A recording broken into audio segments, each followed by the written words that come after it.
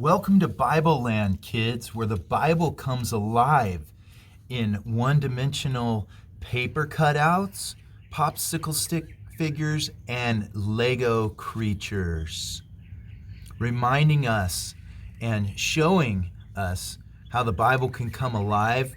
And as we visited Jesus coming into Jerusalem on his donkey with the people waving palm branches, crying out, Hosanna, we remembered that the people were asking Jesus to save them.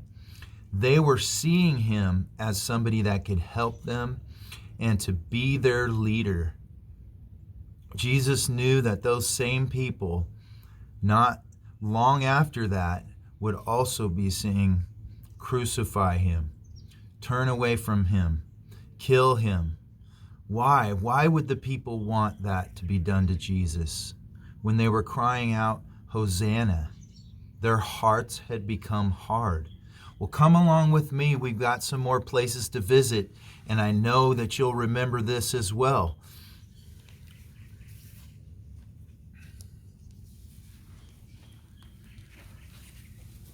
Remember with me that Jesus, after he came into Jerusalem, went into the temple where they were buying and selling animals that they could sacrifice, and they were charging way too much money. And they were not letting the people worship. They were not letting the people come to the very reason the temple was put in place.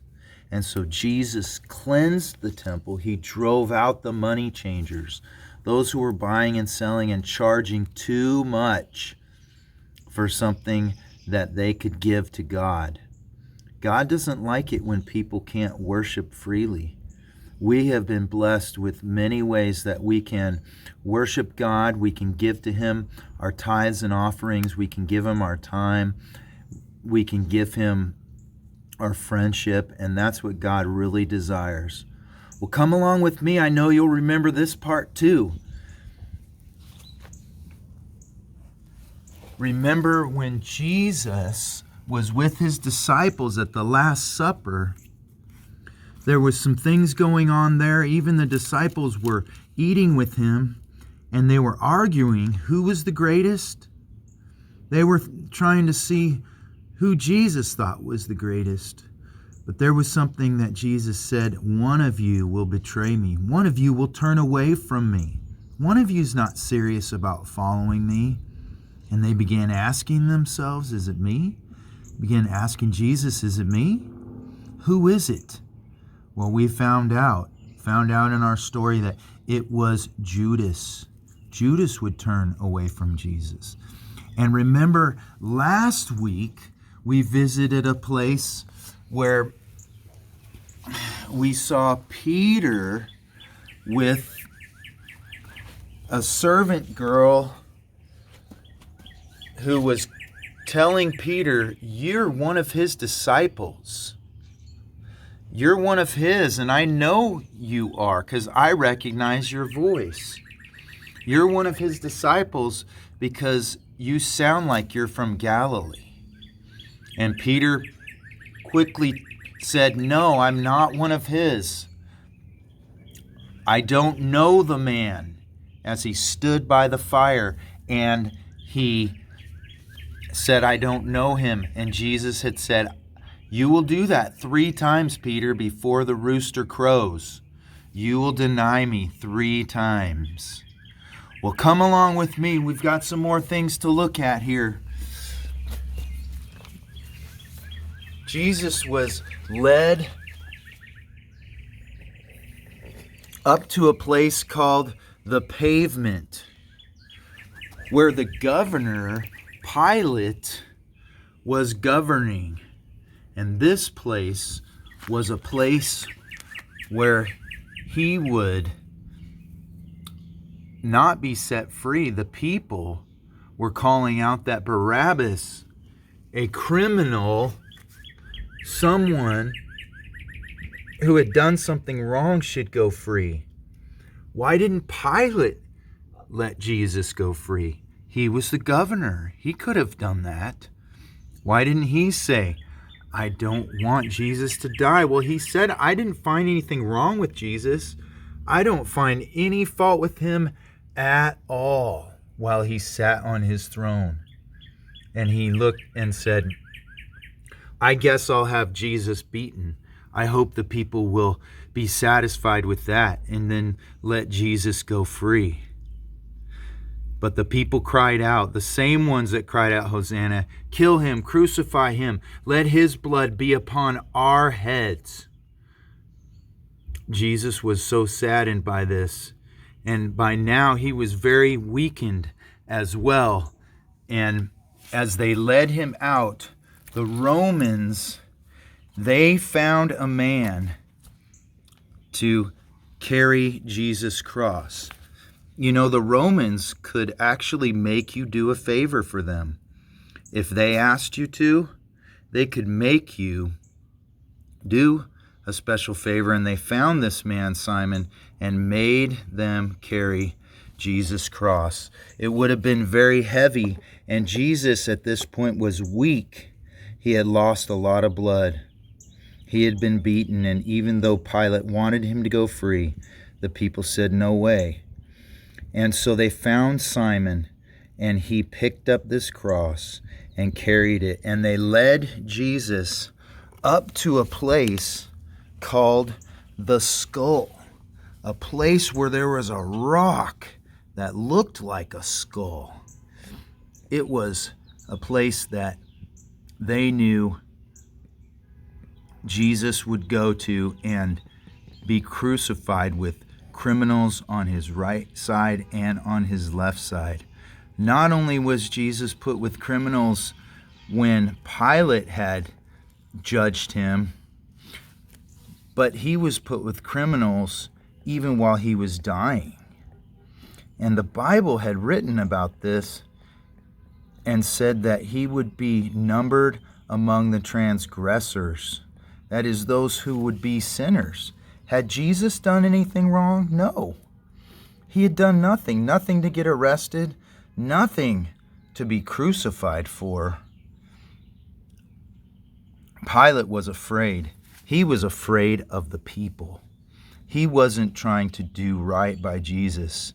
He was afraid and wanted to please the people.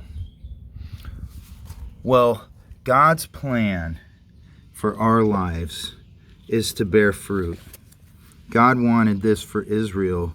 He wanted this for his people. And he wants this to be done so that we can have a sweet relationship with God. Something that if he were to look at our life and say, yes, I see my sweetness in their life, the sweetness of my sacrifice, the sweetness of what I gave on the cross so that these could become children of God, so that these could bear fruit and tell others and go out and not like Peter deny that they know Jesus, and not like Judas turning away, but letting God use them to befriend people and bring them to Jesus. All right, kids, we got some symbols for you here that are easy to draw to remember in our lesson. The first one's a donkey. Look at how Mr. Ari is drawing a donkey. Hopefully you can do that. That's an ear. And that's his peach fuzz. That's his mane. And look at that. You've got yourself a donkey. Remembering that Jesus came into Jerusalem on a donkey. The people crying out, Hosanna. And then Jesus visited the temple. Maybe you want to draw some pillars. Ari's anointed hand is drawing some pillars of the temple. It was there that Jesus found some people selling animals very, very expensive, charging too much money. And they were getting rich off people that needed to buy animals to sacrifice to God.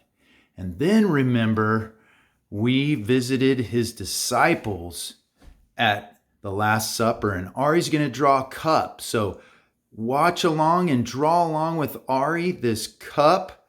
They would share these cups and they would celebrate the Passover. And that was the last meal that they got to eat with Jesus. He blessed the bread and broke it. Look at that, a nice loaf. And it was there as he was eating among his friends that one of his friends denied him and turned his back on him, actually betrayed him. Remember the chicken or rooster that crowed when Peter had denied his Lord. When the servant girl saw Peter warming himself at the fire, look at that chicken. It looks good enough to eat. Maybe you'll remember that Peter had denied that he even knew Jesus. That was his way of not being a friend, not keeping a friendship with Jesus, and it hurt Jesus very much to know that by the time the rooster crowed 3 times, announcing what? Announcing morning's coming? I don't know, roosters sometimes crow all times. But Peter had denied Jesus 3 times. And then we see when Jesus was taken to Pilate, right? And of course, Pilate had Jesus whipped. He was trying to help and just whip and have him scourged. That's another word for whipping. And have him set free, have him be turned loose, because hopefully the people would feel sorry for him. But instead of feeling sorry for Jesus and having him whipped, they said, no, we want his death. We want nothing less than for Jesus to be dead, because the man that they hailed as Messiah, the man that they said save us, they then thought, well, he is an enemy of the Jews. He is claiming to be God. Well, Jesus did say he was God, but it's not because he was an enemy. Jesus said he was God because he really was. And they took him to the place of the skull.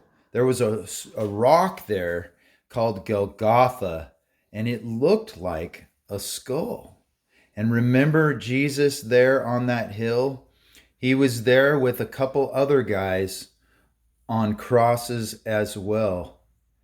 And one of them had asked Jesus a special question, something that, he was wondering about and really didn't think that he could even maybe ask Jesus a favor. He said, will you please remember me when you come into your kingdom? Will you please not forget me? And Jesus said, today's the day you'll be with me in paradise.